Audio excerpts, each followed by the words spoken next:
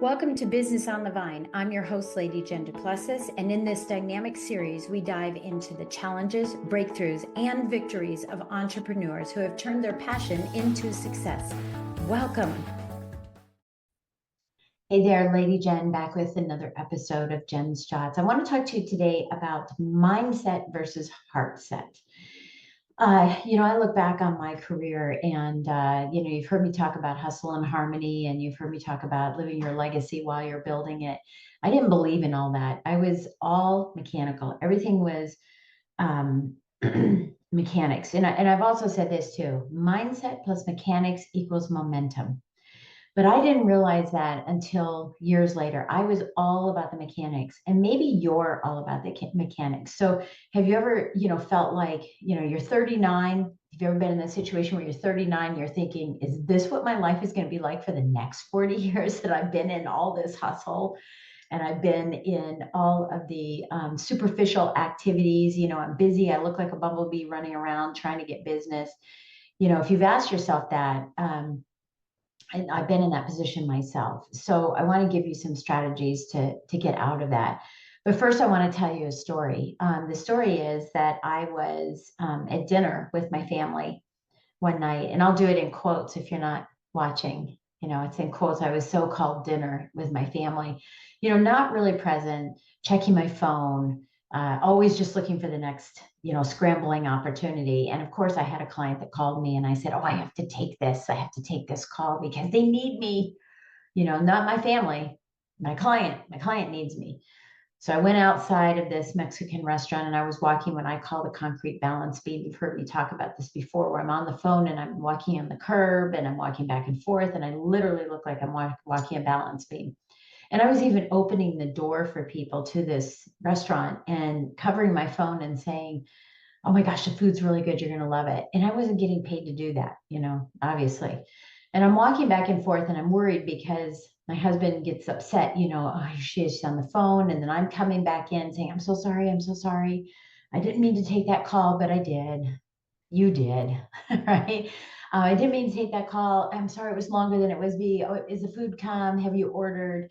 And he'd say, we already ordered for you. You're getting whatever you want, whatever comes. And it was just that constant guilt that sat in there, for me. And I was outside, having this guilty feelings of how am I going to overcome this? I'm sorry I had to take the call. I'm sorry. I'm sorry. I'm sorry. I don't even say that anymore. I say apologize now, but I'm sorry. I'm sorry.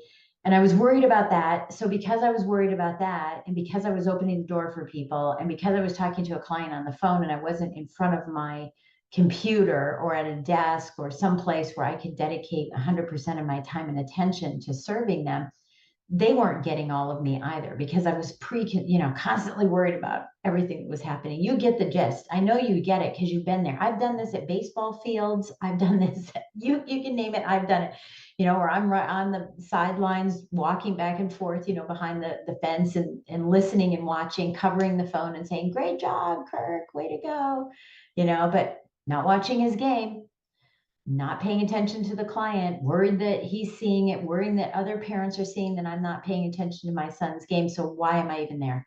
Right? Why am I even there? So you've been there too. And I know, because all of us have been there. We've all done that. And I was outside and I'm walking back and forth and I realized that, it wasn't serving anybody. And it was in that moment that I said, this has to change. And this is really is my turning point in everything in my life now and in my career as my turning point, because I was so mechanical, right? And I when I said that this Jen's shot is mindset versus heart set, I still didn't understand once I went from mechanical to, okay, I just need to focus on mindset. That worked for me. My business doubled, right? My income tripled, and my life got better. My life got substantially better because I went, oh, I need to put some mindset in this. I can't just be mechanical. I've got to do this. So I did some personal development. I went to my first retreat. It was weird for me, meditating, all of that was kind of weird for me. But, I think meditation is prayer. So that's how I look at meditation. But it's how you do. But I started, seeing this other side and saying, oh, I don't need to be so mechanical. I can throw in some mindset work. I can take time. I can take a step back and really learn more about my clients, be curious. I'm very curious in my interviews, on my podcasts, and my TV show. I'm just and with my clients, I'm very curious about people. But I had to learn to be curious because I didn't really care. It was like, I don't really care what's going on with you. Let's just get to the paperwork. Let's get to the business. And if you find that you're doing this, this is why you're listening to this, right? So I had the mindset and I had the mechanics, and the momentum definitely happened, but I was missing something.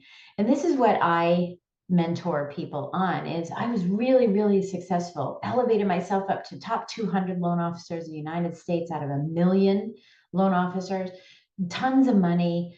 But I still couldn't enjoy the money because something was missing. I felt really successful in my business, but I felt so unsuccessful in my private life and in my personal life. Now, I had progressed to the point where I was having my family be first, and those types of things, but something was missing. I just didn't have the heart. Again, I was going through the mechanics of it, and saying, okay, spend more time with them, be more curious, go through the mechanical pieces of it. I'm really good at both of those. But I still didn't care, right? Does that make sense? It's almost like, mindset plus mechanics equals not caring, not really caring. You got the momentum, business is going, but you're not really caring about people. And so I want to just have you, maybe do some journaling, maybe just, sit in your car for a few minutes quietly without the music as you're driving down the road, and really assess, do I care about my clients? I'm curious about them because I should be curious. I'm mechanical. I'm an astute, expert in my line of work. But is that enough? Do I really care about other people? Do I really have a heart-centered wanting to fulfill? Going back to, why are you doing what you're doing, other than the mechanics, other than being curious and helping them, solving the problem? There's something so much more deep. And maybe you should listen to this again, right? Listen to this again before you go to bed, because this all kind of emerges in dreams. And, when our subconscious takes effect, it all sort of emerges. But, do you really care about your clients? Are you a heart-centered? And I'm not going woo-woo, because, my business is about business, right? The strategies and the tactics.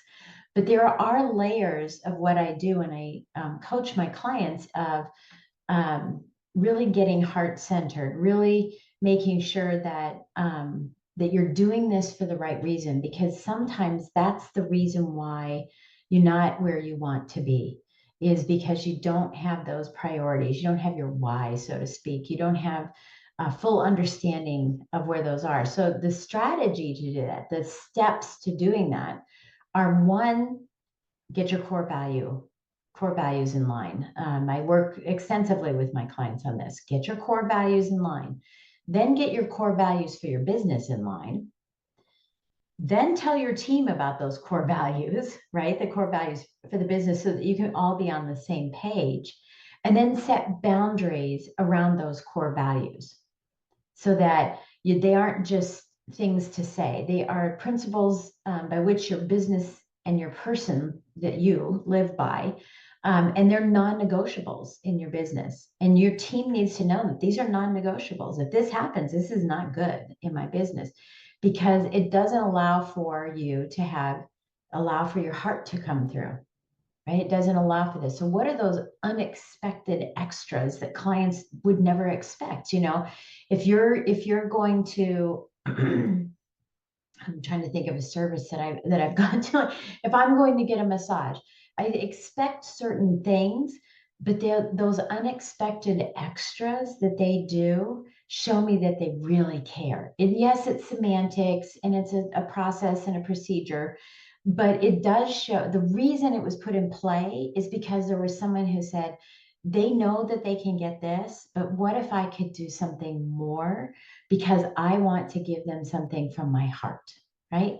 So you want to be thinking about what are some of the things that you could do that can make the experience for your client much more sticky, right? Much more anchored for them so that they tell other people about it. But what else could you be doing for your clients that shows that you're different and unique and that you care about them? Because look, they can go to any massage parlor, right? Is that a word? Should I be saying that? I don't think that's the right thing. Massage therapist. They could go to any massage therapist and get the same sort of thing. And yes, the massage might be a little different, but we know how it's going to go, right? We come in, we get undressed, we get on the bed, the music's playing, they might have something, they come in, they want to know if it's, do you want hard pressure, soft pressure? What do you want? You know, they do all that, but the experience will be a little bit different. But that's not what I'm talking about. I'm not talking about that experience. I'm talking about that next level of experience. You know, is there a piece of candy that's there for us? Is there, you know, something that they do after the fact that pulls me back in, right? It's, wow, that was a great experience. Not only was the massage great, but wow, they just keep giving and giving and giving. That is what I'm talking about, the difference between mindset and heartset. Mindset, I want you to do because that's what I mentor on, right? Is getting people that opening up that mindset to move past the mechanical, hire people to do the mechanical, make sure you've got that mindset, but now elevating yourself into a heart-centered business owner, a heart-centered business owner for you, not only your clients, but what about your team? What can you do for your team? So write that one down. What could you do for your team that makes them feel and know? It's not just a feeling, but know and feel that you are a heart-centered leader, that you do care about their goals, their life, the boundaries they want to set. Have you even asked them what core values they have and how can you help them keep those boundaries? If their family is super important and you know they have if you're not watching this, you know, a mismatch, right? Where they have a family as a core value and you're a single person and you don't have family around and it's not a core value for you at this time in your life because your core values can change. Some of them can change. There's a mixed match there and you ask them to stay till 7 o'clock every single night, they're not going to be happy because their core value is not being met. Have you ever thought about asking that? Have you ever thought about asking them what their goals are to determine so that you know your business plan to determine that business plan includes their goals?